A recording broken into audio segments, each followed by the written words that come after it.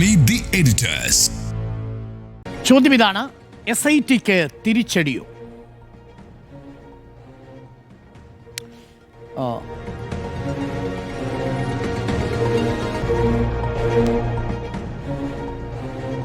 തിരിച്ചുകൊണ്ടുള്ള ഉത്തരവിൽ ഹൈക്കോടതി പറയുന്നത് ഒരു ആലസ്യം ബാധിച്ചിട്ടുണ്ടോ SITക്ക് എന്നുള്ള ചോദ്യമാണ് ചോദിക്കുന്നത്.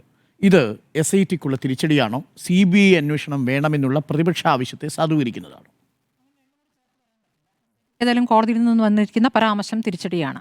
ഇപ്പോൾ CBI അന്വേഷണം എന്ന് പറയുമ്പോഴും SITയിൽ അവിശ്വാസമൊന്നും രേഖപ്പെടുത്തുന്നില്ല എന്ന് പ്രതിപക്ഷ നേതാവ് സംസാരിക്കുമ്പോൾ SIT ഹൈക്കോടതിയുടെ മേൽനോട്ടത്തിലാണ്, പക്ഷേ അവർക്ക് മേൽ സമ്മർദ്ദമുണ്ട് എന്ന ആരോപണമാണ് ഉന്നയിക്കുന്നത്. ഇന്നിപ്പോൾ കോടതിയുടെ വാചകങ്ങൾ എന്താണ്? ഈ അന്വേഷണം ആലസ്യത്തിലാണെന്നാണ് പറയുന്നത്.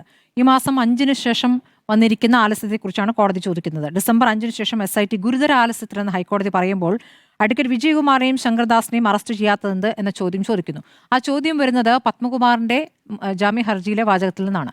അതിൽ പറയുന്നുണ്ട്, ഈ ഞാൻ മാത്രം എങ്ങനെയാണ് ഇതിൽ പ്രതിക്കൂട്ടിലാവുക, ദേവസ്വം ബോർഡിന് കൂട്ടുത്തരവാദിത്തമുണ്ട്, ആ കൂട്ടുത്തരവാദിത്തത്തിൽ ഈ ഉദ്യോഗസ്ഥരെ എങ്ങനെയാണ് ഒഴിവാക്കുക എന്ന ചോദ്യം പത്മകുമാർ ചോദിച്ചാണ് കോടതിയും എടുത്ത് ചോദിച്ചിരിക്കുന്നത്. അപ്പോൾ ശങ്കർദാസിനെയും വിജയകുമാറിനെയും അറസ്റ്റ് ചെയ്യാത്തത് എന്തെന്ന് ചോദിക്കുമ്പോൾ അവരിലേക്ക് അന്വേഷണ സംഘം എത്താത്തത് എന്ത് എന്ന സംശയം കോടതിക്ക് വരികയാണ്. ആ സംശയം ഏത് രൂപത്തിലാണ് എന്നുള്ളത് ഇപ്പോൾ പറയാൻ കഴിയില്ല. കാരണം അതിപ്പോൾ ഇപ്പോൾ പത്മകുമാറിനെ വെച്ച് നോക്കുമ്പോൾ അതിലും താഴെയുള്ള ഉദ്യോഗസ്ഥരാണ്.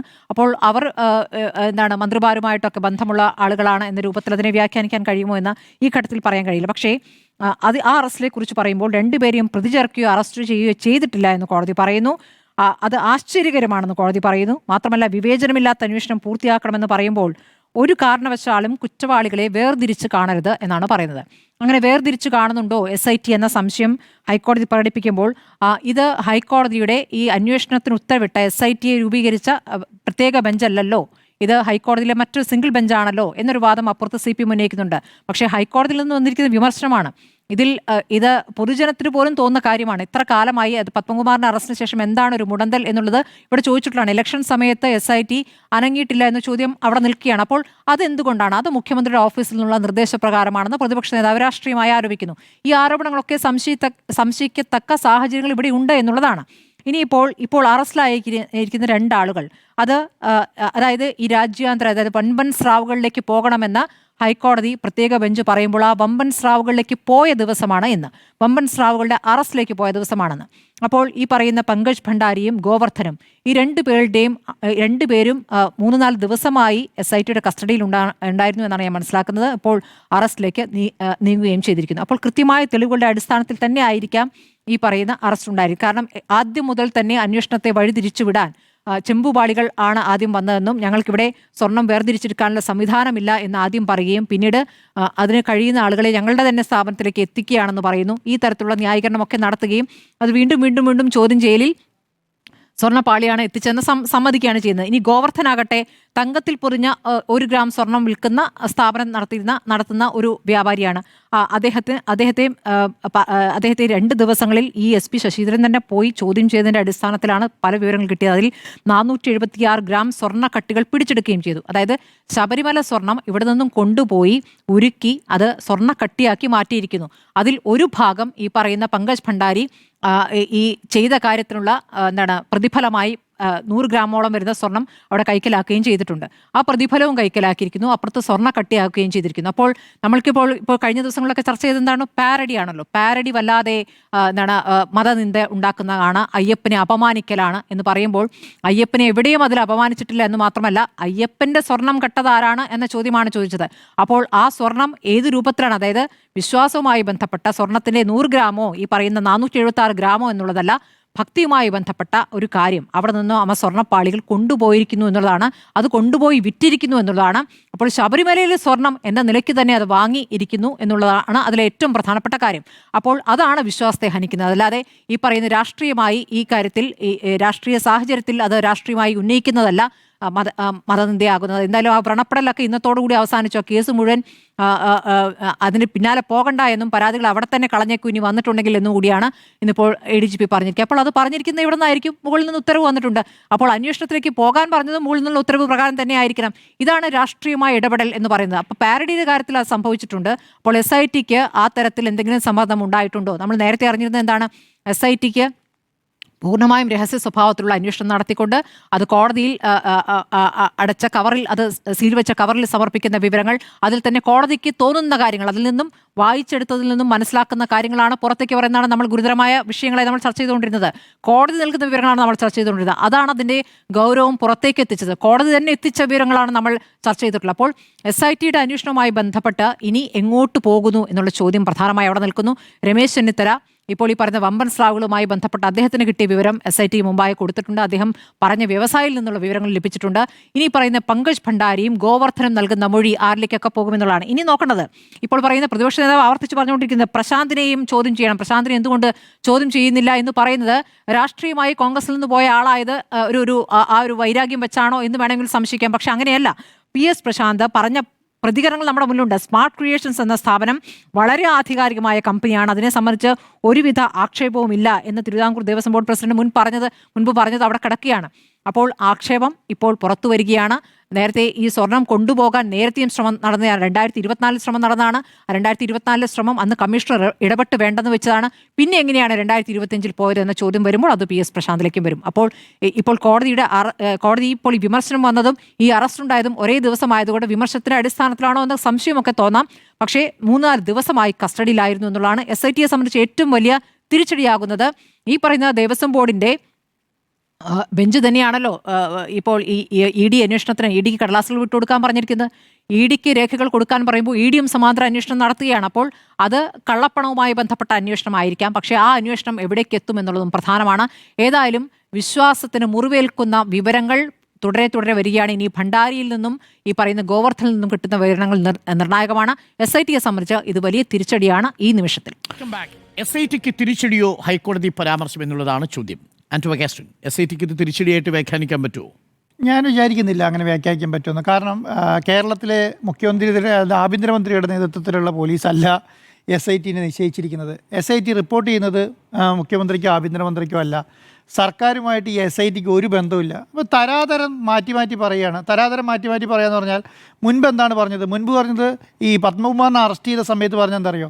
ഇത് പിണറായി വിജയൻ്റെ പോലീസല്ല, ഇതാരുടെ പോലീസല്ല, ഇത് സർക്കാരിൻ്റെ പോലീസല്ല, ഇതാരുടെ പോലീസാണ്, ഇത് ഹൈക്കോടതി നേതൃത്വത്തിൽ SITയിൽ ഉള്ള പോലീസ് ആയതുകൊണ്ടാണ് ഈ കാര്യങ്ങളൊക്കെ നടക്കുന്നു എന്ന് പറയുന്നു.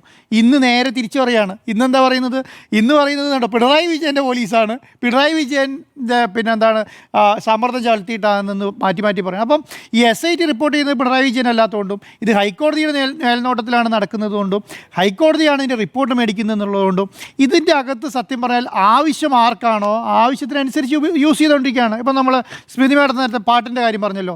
പാരഡി ഗാനത്തിനെ സംബന്ധിച്ചിടത്തോളം പാരഡി ഗാനം ഗുണം ചെയ്തത് പിന്നെ ഹൈക്കോടതിക്കും സർക്കാരിനൊന്നല്ലല്ലോ. ഗുണം ചെയ്തത് ആർക്കാണ്? പ്രതിപക്ഷത്തിനാണ്. അവർക്ക് അതിന് മാക്സിമം അതിന് മുതലെടുപ്പ് നടക്കുന്നു. പിന്നെ അത് അയ്യപ്പനെ വെച്ച് ചെയ്തു എന്ന് പറഞ്ഞാൽ എന്ത്, ചെയ്തില്ല എന്ന് പറഞ്ഞാൽ എന്ത്. അപ്പോൾ അവർക്ക് കിട്ടുന്ന മുതലെടുപ്പ് ഏത് രീതിയിലും എടുത്തുകൊണ്ടിരിക്കുക എന്നുള്ളതാണ്. ഇപ്പോൾ ശബരിമലയെ സംബന്ധിച്ചിടത്തോളം ശബരിമലയിൽ സ്വർണം കട്ട ആരെങ്കിലും കുടുങ്ങണ്ട എന്ന് ആർക്കെങ്കിലും അഭിപ്രായമുണ്ടോ? ആരെങ്കിലും അങ്ങനെ അഭിപ്രായം പറഞ്ഞിട്ടുണ്ടോ? പിണറായി വിജയനോ അല്ലെങ്കിൽ സർക്കാരോ വന്ന് പറഞ്ഞോ പിന്നെ അയ്യോ അവിടെ ശബരിമലയിൽ സ്വർണം കട്ടവരെയെല്ലാം പിന്നെ സംരക്ഷിക്കണം എന്നൊരു നിലപാടെടുത്തോ? അങ്ങനെയൊന്നുമില്ലല്ലോ. ജയിലിൽ കിടക്കുന്ന ആൾക്കാരെ കുറിച്ചാണ് ഈ പറഞ്ഞുകൊണ്ടിരിക്കുന്നത്. അന്വേഷണം നടക്കുന്നത്. ഹൈക്കോടതിയുടെ നേതൃത്വത്തിൽ ഒരു അന്വേഷണം നടക്കുന്ന സമയത്ത് അതിന് പൂർണ്ണ സംവിധാനം ഒരുക്കി കൊടുക്കുക എന്നുള്ളതല്ലാതെ വേറെ എന്താ ചെയ്യാൻ കഴിയുക? ഹൈക്കോടതിക്ക് അന്വേഷണ സംവിധാനം ഇല്ലല്ലോ. പോലീസിൽ നിന്ന് ഇന്ന ഉദ്യോഗസ്ഥനെ വേണം, ഇന്ന ഉദ്യോഗസ്ഥനാണ് ഇതിന് മേൽനോട്ടം വഹിക്കേണ്ടത്, ഇന്ന ഉദ്യോഗസ്ഥന്മാരാണ് ഇതിൻ്റെ കീഴിൽ പ്രവർത്തിക്കേണ്ടത്, ഇവരാണ് അന്വേഷണം നടത്തേണ്ടത്. അവരന്വേഷണം നടത്തുന്നു, അതിന് അന്വേഷണം നടത്തുന്നവരെ അറസ്റ്റ് ചെയ്യുന്നു, ഉള്ളിലിടുന്നു. അതിന് അന്വേഷണം നടത്തിയിട്ട് അറസ്റ്റ് ചെയ്യാത്തതിൻ്റെ കുറ്റം പിണറായി വിജയൻ്റെ തലയിലും ആഭ്യന്തരമന്ത്രിയുടെ തലയിലും വെച്ചാൽ നമുക്ക് എന്ത് ചെയ്യാൻ പറ്റുമോ? ആർക്കെങ്കിലും എന്തെങ്കിലും ചെയ്യാൻ പറ്റുമോ? ഹൈക്കോടതിയാണ് തീരുമാനിക്കേണ്ടത്. ഇന്നയാളെ അറസ്റ്റ് ചെയ്യണം എന്ന് പറഞ്ഞാൽ അറസ്റ്റ് ചെയ്യും, ചെയ്യണ്ട എന്ന് പറഞ്ഞാൽ ചെയ്യില്ലായിരിക്കും. അന്വേഷണം നടക്കണം എന്ന് വിചാരിക്കുന്നതാണ് നടക്കുന്നത്. ഇന്ന കാര്യങ്ങൾ കൂടി അന്വേഷണം നടത്തണം എന്ന് ഹൈക്കോടതി പറഞ്ഞാൽ ഇന്ന കാര്യങ്ങളും കൂടി അന്വേഷണം നടക്കേണ്ടതാണ്. അത് നടക്കുമെന്ന് പൂർണ്ണ ബോധ്യത്തോടു കൂടിയിട്ടായിരിക്കുമല്ലോ ഏറ്റവും നല്ല ഉദ്യോഗസ്ഥന്മാരെ പിന്നെ ഹൈക്കോടതി തിരഞ്ഞെടുത്ത് അവരെ അപ്പോയിൻറ്റ് ചെയ്തിട്ടുണ്ടാവുക. അപ്പം അല്ലാതെ നമ്മളൊരു ലിസ്റ്റ് കൊടുത്തിട്ട് എന്താ കേരള പോലീസിലെ ഒരു 10 ഉദ്യോഗസ്ഥരെ തരൂ, ഇങ്ങനെ ഒരു അന്വേഷണം നടത്തണം ഉണ്ട്, അങ്ങനെയല്ലല്ലോ പറഞ്ഞത്. ഇന്ന ഉദ്യോഗസ്ഥന്മാരാണ് ഇതിനെ നേതൃത്വം വഹിക്കേണ്ടത്. ഹൈക്കോടതി അങ്ങോട്ട് പറഞ്ഞതാണ്. അങ്ങനെയാണ് പിന്നെ അങ്ങനെയാണ് പിന്നെ ഈ SIT രൂപീകരിക്കുന്നത്. അങ്ങനെ ഒരു SIT രൂപീകരിച്ച് അതിൻ്റെ അകത്ത് അറസ്റ്റ് ചെയ്യാൻ കഴിയുന്നവരെല്ലാം അറസ്റ്റ് ചെയ്യണം എന്നുള്ളതാണ്. ഇപ്പം ഇന്ന് പറയുന്നത് എന്താണ്? പത്മകുമാർ പറഞ്ഞെന്താണ്? പത്മകുമാർ പറഞ്ഞത് പ്രസിഡന്റ് എന്നുള്ള സ്ഥലയ്ക്ക് ഞാൻ കുറ്റക്കാരാണെങ്കിൽ ഈ പറയുന്ന അംഗങ്ങളെല്ലാം അതിൻ്റെ ബാധ്യസ്ഥരാണ് എന്നുള്ളതാണ്. കുറ്റക്കാരനാണെങ്കിലല്ല, അതിൻ്റെ അകത്ത് ഞാൻ കുറ്റം ചെയ്തു എന്നുള്ളതാണ് ബോധ്യപ്പെടുത്തുന്നതെങ്കിൽ എല്ലാവരും അനുമതിയോട് കൂടിയാണ് ചെയ്തത് എന്നുള്ളതാണ്. അപ്പോൾ അദ്ദേഹം പറയുന്നത് എന്താ, ഞാനിത് ചെയ്തിട്ടില്ല, അങ്ങനെ എല്ലാവരെയും അനുമതിയോട് കൂടിയിട്ട് എല്ലാവരും ഉദ്ദേശത്തോട് കൂടിയിട്ടാണ് ചെയ്തതെന്ന് പറഞ്ഞു വരുന്നത്. പക്ഷേ അങ്ങനെയാണെങ്കിൽ അവരെയും കൂടെ അറസ്റ്റ് ചെയ്യണം എന്നുള്ള നിലയിലേക്ക് വരെ ഹൈക്കോടതി ഇന്ന് പോയിട്ടുണ്ട്. അപ്പോൾ ശങ്കർദാസിനെയും വിജയകുമാറിനെയും എന്തുകൊണ്ട് അറസ്റ്റ് ചെയ്യുന്നില്ല എന്നുള്ള നിലയിലേക്ക് വരെ ഹൈക്കോടതി ചോദിച്ചിട്ടുണ്ട്. അപ്പം സത്യം പറഞ്ഞിട്ടുണ്ടെങ്കിൽ അന്വേഷണ ഉദ്യോഗസ്ഥൻ എടുക്കേണ്ട നിലപാടുകൾ എന്താണ് എന്നുള്ളതും എങ്ങനെയാണ് മുന്നോട്ട് പോകേണ്ടത് ഹൈക്കോടതി പറഞ്ഞു എന്നുള്ളതിനേക്കാൾ അപ്പുറം ഈ ഓർഡറിലൊന്നും ഉണ്ടെന്ന് ഞാൻ വിശ്വസിക്കുന്നില്ല. അന്വേഷണം SITക്ക് തിരിച്ചടി എന്ന് പറഞ്ഞാൽ അത് ഹൈക്കോടതിക്കും കൂടെ തിരിച്ചടിയല്ലേ? ഹൈക്കോടതി വെച്ചാൽ പിന്നെ അന്വേഷണ ടീമാണല്ലോ, SIT ആണല്ലോ. അപ്പോൾ അന്വേഷണം തിരിച്ചടിയാണെന്നൊന്നും ഞാൻ വിചാരിക്കുന്നില്ല. പക്ഷേ ഞാൻ വേറൊരു കാര്യം പറയുന്നത്, ഇപ്പോൾ ശബരിമലയിൽ സ്വർണ്ണക്കളവ് നടന്നിട്ടുണ്ട്, അല്ലെങ്കിൽ സ്വർണ്ണം അടിച്ചു മാറ്റിയിട്ടുണ്ട്, അല്ലെങ്കിൽ ഉണ്ണികൃഷ്ണൻ പോയിട്ട് ശബരിമലയിൽ കയറിയിട്ടുണ്ട്, ഇതിനെല്ലാം സംരക്ഷിച്ച് കളയാമെന്നൊരു നിലപാട് ഈ കഴിഞ്ഞ 2-3 മാസമായല്ലോ ഇത് ചർച്ച ചെയ്യുന്നു കേരളത്തിൽ. ഏതെങ്കിലും ഒരു നിലപാട് അങ്ങനെ സർക്കാരിൻ്റെ ഭാഗത്തുനിന്നോ മുഖ്യമന്ത്രിയുടെ ഭാഗത്തുനിന്നോ വന്നോ? ഒരെണ്ണം കാണിച്ചു തരട്ടെ. ഒരെണ്ണം പോലും കാണിച്ചു തരാതെ പറഞ്ഞുകൊണ്ടിരിക്കുകയാണ് എന്ത്, ഇതാ പിന്നെ ശബരിമലയിൽ സംരക്ഷിക്കുന്നത് മുഴുവൻ സർക്കാരാണ്. ഏതർത്ഥത്തിലാണ് സർക്കാർ എന്ന് പറയാം? സർക്കാർ അന്വേഷണ ടീമാണ് നടത്തുന്നതെങ്കിൽ അങ്ങനെ പറഞ്ഞാൽ മതിയല്ലോ. ഇപ്പോൾ അതാണ്ട് EDക്കും കൂടെ കൊടുത്തിരിക്കുന്നു, EDയും കൂടെ അന്വേഷിച്ചോട്ടെ എന്ന് പറയുന്നു. ആർക്കെങ്കിലും ഒബ്ജക്ഷൻ പറയുന്നുണ്ടോ? കോടതി തന്നെ പറയുന്നു EDക്ക് മുഴുവൻ ഡോക്യുമെൻ്റ് കൊടുക്കും, ED അന്വേഷിക്കട്ടെ എന്ന് പറയുന്നു. അങ്ങനെ തന്നെയാണല്ലോ ഒന്ന് അന്വേഷണം നടക്കുക. ഒരു ഹൈക്കോടതിയുടെ നേതൃത്വത്തിൽ, കോടതിയുടെ നേതൃത്വത്തിൽ അന്വേഷണം നടക്കുന്ന സമയത്ത് പിന്നെ എന്താണ് അതിന് മേലെ എന്ത് സംവിധാനമാണ് നമ്മുടെ രാജ്യത്തുള്ളത്? അതിന് മേലെ ഒരു സംവിധാനമില്ല. ആ സംവിധാനത്തിന് മേലെ വരെ സർക്കാരിനെ കരിവാരി തേക്കാൻ ഇറങ്ങിക്കഴിഞ്ഞാൽ അതിനൊരു ഗൂഢലക്ഷ്യമുണ്ടല്ലോ. ആ ഗൂഢലക്ഷ്യം എന്ന് പറഞ്ഞാൽ പൊളിറ്റിക്കൽ മാത്രമാണ്. ആ പൊളിറ്റിക്കൽ ബെനിഫിറ്റ് എടുക്കുക എന്നുള്ള ഉദ്ദേശം മാത്രമേ ഉള്ളൂ. കോടതി എന്ന് പറഞ്ഞ വിമർശനങ്ങളൊന്നും മിണ്ടരുത്, ആരൊന്നും മിണ്ടരുത്. അല്ല, എന്താ മിണ്ടാതെ? കോടതി പറഞ്ഞത് കോർട്ട് ഈസ് ഷോക്ക്ഡ് എന്നാണ്. ഞാൻ എന്റെ ടേൺ വരുമ്പോൾ അത് ആരുടെ ഭാഗത്തുനിന്നാണ്? സർക്കാരിന്റെ ഭാഗത്തുനിന്നാണോ? സർക്കാർ നിയോഗിച്ച ഉദ്യോഗസ്ഥർ. അല്ല, സർക്കാർ എങ്ങനെ നിയോഗിക്കുന്നത്? അതാ ഞാൻ തരാതരം മാറ്റി പറയാം. ഹൈക്കോടതിയല്ലേ നിയോഗിച്ചത്? ഹൈക്കോടതി നിയോഗിച്ച ഇന്ന ഉദ്യോഗസ്ഥരെ വേണമെന്ന് പറഞ്ഞ ഹൈക്കോടതി പേരെടുത്ത് പറഞ്ഞ് അപ്പോയിന്റ് അപ്പൊ എവിടുന്ന് സമ്മർദ്ദമില്ലാതെ ഒരു സമ്മർദ്ദമില്ലാതെ SIT തന്നെ എങ്ങനെ മുടന്തായിരുന്നു അല്ലേ? തന്നെ മുടന്നില്ല. അത് ആരുടെ കുറ്റാണെന്ന്? അത് സർക്കാരിനെയാണോ കുറ്റം? അല്ല, കുറ്റാരുടെ. അല്ല, അത് ഞാൻ പറയുന്നതാണ്. നിങ്ങൾക്ക് ഇപ്പൊ എന്താ സംഭവം? ഇപ്പൊ ഒരു ശബരിമലയിൽ സ്വർണ്ണം കട്ടതുമായി ബന്ധപ്പെട്ട ഒരു കേസ് കിട്ടിയിട്ടുണ്ട്. ആ കേസ് അടുത്ത നിയമസഭാ ഇലക്ഷൻ വരെ കൊണ്ടുപോകാൻ വേണ്ടിട്ട് നേരെ കഷ്ടപ്പെടുകയാണ്. കട്ടേരെ പിടിക്കാനാണല്ലോ SIT ഉള്ളത്. പ്രതിപക്ഷത്തായിരുന്നെങ്കിൽ ഇത് ഉപയോഗിക്കില്ലായിരുന്നു ഈ വിഷയം. എല്ലാ സമയത്തും എല്ലാവരും ഉപയോഗിക്കും. ആരാണോ പ്രതിപക്ഷങ്ങൾ ഉപയോഗിക്കും. കോൺഗ്രസിന്റെ സമയത്ത് ആരായിരുന്നു ദേവസ്വം മന്ത്രി? ദേവസ്വം മന്ത്രി അനിയൻ എന്താ ചെയ്തേ? ആയിക്കോട്ടെ. അപ്പൊ ആ ആവശ്യങ്ങളൊന്നും ഉന്നയിക്കാൻ അയ്യോ അതൊക്കെ അയ്യപ്പ പ്രശ്നമാണ്. നിങ്ങൾ അയ്യപ്പ ശബരിമല മനസ്സിലായില്ല. ഈ 9 കൊല്ലം എന്താ അന്വേഷിച്ചത്? അന്വേഷിച്ച് നടപടി എടുക്കണ്ടേ? പിന്നെന്താ പ്രശ്നം? നടപടി എടുത്തല്ലോ. സ്വർണ്ണക്കൊള്ള ഒന്നാണ്.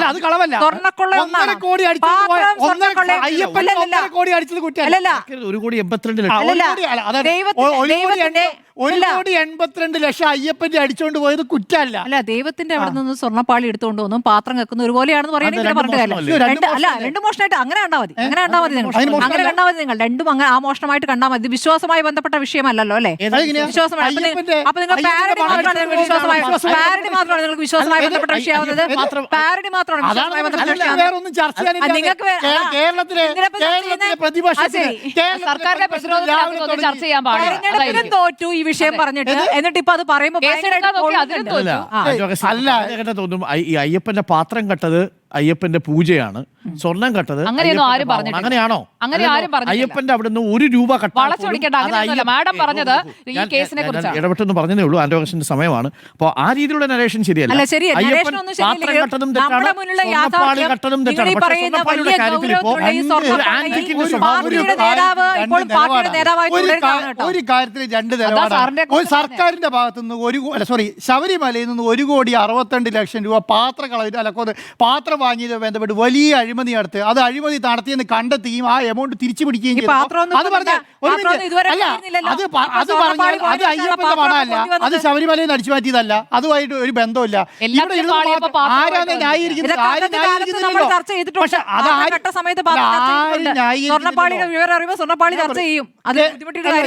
കേരളത്തിലെ ഏറ്റവും വലിയ പരമോന്നത കോടതിയായ ഹൈക്കോടതിയുടെ നേതൃത്വത്തിൽ ഒരു SIT വെച്ചിട്ട് ആ SIT പറയുന്നത്. അതിന് പോലും പ്രതിപക്ഷം വിശ്വാസമില്ല. പരമോന്നത കോടതിയുടെ വിമർശനങ്ങളാണോ നമ്മളിപ്പോ ചർച്ച എന്താ പരമോന്നത ആരെ വിമർശിച്ചേക്കണേ? സർക്കാരിനെ വിമർശിച്ചോ ഇല്ലയോ? ഞാൻ ചോദിക്കട്ടെ, സർക്കാരിനെ വിമർശിച്ചോ ഇല്ലയോ? സർക്കാരിന്റെ പേരുണ്ടോ അതിനകത്ത്? ഏതെങ്കിലും ഒരു സർക്കാർ ആരെക്കുറിച്ച് പറഞ്ഞിട്ടുണ്ടോ? SIT നിയമിച്ച ഉദ്യോഗസ്ഥർ ശക്തമായി നല്ല രീതിയിൽ പ്രവർത്തിക്കില്ല എന്ന് പറയുകയാണ്. അത് സർക്കാരിനെതിരെയാണ് വിമർശനമായി മാറ്റുകയാണ്. അതല്ലേ സംഭവിക്കുന്നത്. അല്ലാതെ സർക്കാർ തിരിച്ചടിയൊന്നുമല്ലല്ലോ. സർക്കാരിൻ്റെ ഭാഗത്ത് എവിടെയെങ്കിലും എഴുതി വെച്ചിട്ടുണ്ടോ? ഒന്നും പറഞ്ഞിട്ടില്ലല്ലോ. ഞാൻ ചോദിക്കട്ടെ, ഇന്നിപ്പോൾ രണ്ടുപേരെ പങ്കജ് ഭണ്ഡാരിനെയും ഗോവർദ്ധനെയും അറസ്റ്റ് ചെയ്തു. സർക്കാർ പറഞ്ഞിട്ട് അറസ്റ്റ് ചെയ്തത്? അല്ലെങ്കിൽ ഗോവർദ്ധനെ അറസ്റ്റ് ചെയ്ത സർക്കാരിന് എന്തെങ്കിലും ബുദ്ധിമുട്ടുണ്ടോ? ഭണ്ഡാരിനെ അറസ്റ്റ് ചെയ്ത സർക്കാരിന് എന്തെങ്കിലും ബുദ്ധിമുട്ടുണ്ടോ? എന്തായി പറഞ്ഞു? എന്താ പറഞ്ഞു? അപ്പൊ അന്വേഷണം നടത്തിയിട്ട് അവർ നിലപാട് സ്വീകരിച്ച് മുന്നോട്ട് പോകുമ്പോൾ അതിനകത്ത് എന്താണ് ഹൈക്കോടതിക്ക് തൃപ്തി ഇല്ലെങ്കിൽ ആ തൃപ്തിയോടുകൂടി അന്വേഷണം നടത്താൻ ഹൈക്കോടതി ഈ ഉദ്യോഗസ്ഥരോടാണ് പറയുന്നത്, അല്ലാതെ സർക്കാരോടല്ല. സർക്കാരിന്റെ കീഴിൽ പ്രവർത്തിക്കുന്ന ഉദ്യോഗസ്ഥരാണെങ്കിൽ പറയാൻ പറ്റുന്നു. അത് അന്നേരം പറയുന്നത് സർക്കാരിനോടല്ല പറയുക, ആ SIT-നോടല്ലല്ലോ പറയുക. ഇപ്പം എന്താണ് ക്ലാരിറ്റിയോടുകൂടി SIT-നോടാണ് പറഞ്ഞിരിക്കുന്നത്. അപ്പോൾ ഈ ഞാൻ പറയുന്നത് തരാതരത്തിനനുസരിച്ച് കാര്യം മാറ്റി പറയുക എന്നുള്ളത്. തരാതരം എന്ന് പറഞ്ഞാൽ എന്താ? തുടക്കത്തിൽ സർക്കാരിനെതിരായി പറയേണ്ട സമയത്ത് സർക്കാരിനെതിരെ പറഞ്ഞുകൊണ്ടിരിക്കുകയാണ്. ആ സമയത്ത് പത്മകുമാർ അറസ്റ്റ് ചെയ്തപ്പോൾ പറയുകയാണോ, അയ്യോ സർക്കാരിൻ്റെ നേതൃത്വത്തിലുള്ള പോലീസാണ് ഈ പത്മകുമാർ അറസ്റ്റ് ചെയ്യേയില്ല, അങ്ങനെ ഒരു നിലപാട് സ്വീകരിക്കില്ല, അത് ഹൈക്കോടതിയുടെ നേതൃത്വത്തിലുള്ള SIT ആയതുകൊണ്ട് അത് അന്വേഷിച്ചെന്ന് പറയുന്നു. നേരെ തിരിച്ച് ഇപ്പം എന്താ പറയുന്നത്? ഇപ്പം പറയുകയാണ് ഹൈക്കോടതി പറയാൻ അന്വേഷണത്തിന് സംശയമുണ്ട്, അന്വേഷണം നടക്കുന്നില്ല, നല്ല രീതിയിൽ അന്വേഷണം നടക്കണമെന്ന് SIT-നോട് ഹൈക്കോടതി പറഞ്ഞ സമയത്ത് പറയുകയാണത് സർക്കാർ ഇടപെട്ട് അന്വേഷണം നിർത്തിവെച്ചിരിക്കുന്നു എന്ന് പറയുകയാണ്. അപ്പോൾ ഇതെന്ത് നിലപാടാണ്? ഈ നിലപാട് ഇങ്ങനെയല്ലല്ലോ. ഇങ്ങനെയാണെങ്കിൽ നിങ്ങൾ അങ്ങനെ രണ്ട് നിലപാട് സ്വീകരിക്കുകയാണെങ്കിൽ ഈ പറഞ്ഞ ശിവകുമാറിൻ്റെ അനിയൻ പിന്നെ 1,82,00,000 കട്ടപ്പോഴും ഈ പറഞ്ഞ സ്വർണ്ണക്കൊള്ള നടത്തിയപ്പോഴൊക്കെ രണ്ടും ഒരു നിലപാടായിട്ട് തന്നെ കാണണം. രണ്ടും അയ്യപ്പൻ്റെ സ്വത്തല്ലേ അടിച്ചുകൊണ്ട് പോയത്. ഇത് അയ്യപ്പൻ്റെ സ്വത്താണ് അടിച്ചുകൊണ്ട് പോയതെന്നുള്ള അർത്ഥത്തോടു കൂടി കൈകാര്യം ചെയ്താൽ മതി. അല്ലാതെ ഇത് പൊളിറ്റിക്കൽ ബെനിഫിറ്റ് ഉണ്ടാക്കാൻ വേണ്ടിയിട്ടാണ് ഇതിനെ ഉപയോഗിക്കാൻ തീരുമാനിച്ചതെങ്കിൽ അതിനെ ആ രീതിയിൽ കൈകാര്യം ചെയ്യുക എന്നുള്ളതാണ്. അപ്പം പാട്ട് എഴുതി, പാട്ട് ഈ കഴിഞ്ഞ ഇലക്ഷൻ കഴിഞ്ഞിട്ട് വിടുന്നില്ലല്ലോ. ഇലക്ഷൻ സോങ് ആയിട്ടാണല്ലോ പിന്നെ അയ്യപ്പ എന്താണ് പോറ്റിയുടെ പാട്ട് കൊണ്ടുവന്നത്. ഇലക്ഷൻ സോങ് കഴിഞ്ഞിട്ടും പോറ്റീൻ്റെ പാട്ട് വിടുന്നില്ലല്ലോ. അത് എവിടെ വരെ കൊണ്ടുപോകണം? നിയമസഭാ ഇലക്ഷൻ വരെ കൊണ്ടുപോകണം. പാർലമെൻറ്റിൻ്റെ മുന്നിൽ പാടുന്നു, MLA-മാർ പാടുന്നു ഒക്കെ. അതിൻ്റെ കൂടെയുള്ള അയ്യപ്പനെ ഒരു വിശ്വാസമില്ല, പാട്ടിലുള്ള അയ്യപ്പനെ കുറിച്ചുള്ള ഒരു വിശ്വാസമില്ല, സ്നേഹമില്ല, ബഹുമാനിക്കണമെന്നില്ല. അത് ആവിഷ്കാര സ്വാതന്ത്ര്യമായിട്ട് മാറ്റിവെക്കുകയും അല്ലാത്ത സ്ഥലത്ത് അയ്യപ്പനെ ഞങ്ങൾക്ക് ഞങ്ങളുടെ സ്വന്തം അയ്യപ്പനെ ഇവരെല്ലാവരും കൂടെ കട്ടുകൊണ്ട് പോകുന്നു എന്നുള്ള അർത്ഥത്തിൽ കൈകാര്യം ചെയ്യാണ്. അപ്പോൾ രണ്ടർത്ഥത്തിൽ തരാതരത്തിനനുസരിച്ചിട്ട് ഇലക്ഷൻ സംവിധാനത്തിനും വോട്ട് കിട്ടാൻ വേണ്ടിയിട്ടും ചെയ്യുക എന്നുള്ളതിനൊക്കെ അപ്പുറം ഇതിനെ ഒന്നും കാണണ്ട. ഹൈക്കോടതിയുടെ ഭാഗത്തു നിന്നുള്ള തിരിച്ചടി SIT-ക്കാണ്. തിരിച്ചടി കിട്ടിയിട്ടുണ്ട് SIT-ക്കാണ്. ഞാൻ അങ്ങനെ വിചാരിക്കുന്നില്ല SIT-ക്ക് തിരിച്ചടി കിട്ടിയെന്ന് ഞാൻ വിചാരിക്കുന്നില്ല. കാരണം എന്താണ്? SIT-നോട് ഹൈക്കോടതി പറഞ്ഞിരിക്കുന്നത് ഇന്ന കാര്യങ്ങൾ കൂടെ വ്യക്തതയോടുകൂടി അന്വേഷിക്കണം, ഇന്ന ആൾക്കാരെ എന്തുകൊണ്ട് അറസ്റ്റ് ചെയ്തിട്ടില്ല എന്നുള്ളത് വ്യക്തതയോടുകൂടി പറയണം എന്നുള്ളതാണ് പറഞ്ഞത്. അത് ആരുടെ നേതൃത്വത്തിൽ SIT-നോടാണ്? ഹൈക്കോടതിയുടെ നേതൃത്വത്തിൽ ഹൈക്കോടതിക്ക് റിപ്പോർട്ട് കൊടുക്കുന്ന, ഹൈക്കോടതി എങ്ങനെ അന്വേഷിക്കണം എന്ന് പറയുന്ന SIT-നോടാണ് ഈ കാര്യങ്ങൾ പറഞ്ഞിരിക്കുന്നത്. അതുകൊണ്ട് SIT-ക്ക് തിരിച്ചടി ഉണ്ടെന്ന് ഞാൻ വിചാരിക്കുന്നു. നമുക്ക് ഒരു ഇടവേള കൂടി വേണം. SIT-ക്ക് തിരിച്ചടിയൂ എന്നാണ് ചോദ്യം. സുജയ, SIT-ക്ക് തിരിച്ചടിയാണ് എന്നതാണ് എൻ്റെ അഭിപ്രായം. ഇന്ന് ഹൈക്കോടതിയുടെ ഉത്തരവിലെ പ്രധാനപ്പെട്ട നിരീക്ഷണങ്ങൾ തന്നെ നമ്മൾ പറഞ്ഞു പോകണം. കാരണം അത് നമ്മൾ വേറൊരു രീതിയിൽ അതിനെ വ്യാഖ്യാനിക്കേണ്ടതില്ല എന്നാണ് എനിക്ക് തോന്നുന്നത്. അതായത് ഈ കുറ്റകൃത്യത്തിൻ്റെ ഗൗരവവും സ്വഭാവവും ഒക്കെ ഇന്നത്തെ ഈ ജാമ്യാപേക്ഷകൾ തള്ളിക്കൊണ്ടുള്ള ഉത്തരവിൽ കൃത്യമായിട്ട് കോടതി പറഞ്ഞിട്ടുണ്ട്. ഒരു പുണ്യക്ഷേത്രത്തിലെ വിഗ്രഹങ്ങളിലും തിരുവാഭരണങ്ങളിലും പതിപ്പിച്ചിരുന്ന സ്വർണം അധികാരികൾ തന്നെ ചേർന്ന് ദുരുപയോഗം ചെയ്തു. അതാണ് ആരോപണം. അല്ലാതെ ഏതെങ്കിലും സ്വർണ്ണമല്ല, ജ്വല്ലറിയിലിരുന്ന് അവിടെ കൊണ്ട് സൂക്ഷിക്കാൻ വെച്ച സ്വർണ്ണമല്ല. അയ്യപ്പൻ്റെ അതിൻ്റെ പാവനത തന്നെയാണ് അതിൻ്റെ മൂല്യമെന്ന് പറയുന്നത്. അതിനെ നമുക്ക് പാത്രത്തിന്റെ 1.5 കോടിയോ 5 കോടിയുടെ പാത്രം ആയിക്കോട്ടെ, പാത്രം വേറെ, അയ്യപ്പന്റെ സ്വർണം വേറെ. അത് തിരുവാഭരണത്തിന്റെ മഹത്വമോ അല്ലെങ്കിൽ ആ ശ്രീകോവിലിൽ ഉപയോഗിച്ചിരിക്കുന്ന സാധന സാമഗ്രികൾ അത് എത്രത്തോളം പവിത്രമായിട്ടാണ്, അതിലൊന്ന് തൊട്ട് തൊഴാൻ വേണ്ടി അവിടെ നിൽക്കുന്ന ആളുകളൊക്കെ എത്രത്തോളം ആഗ്രഹിക്കുന്നുണ്ട്.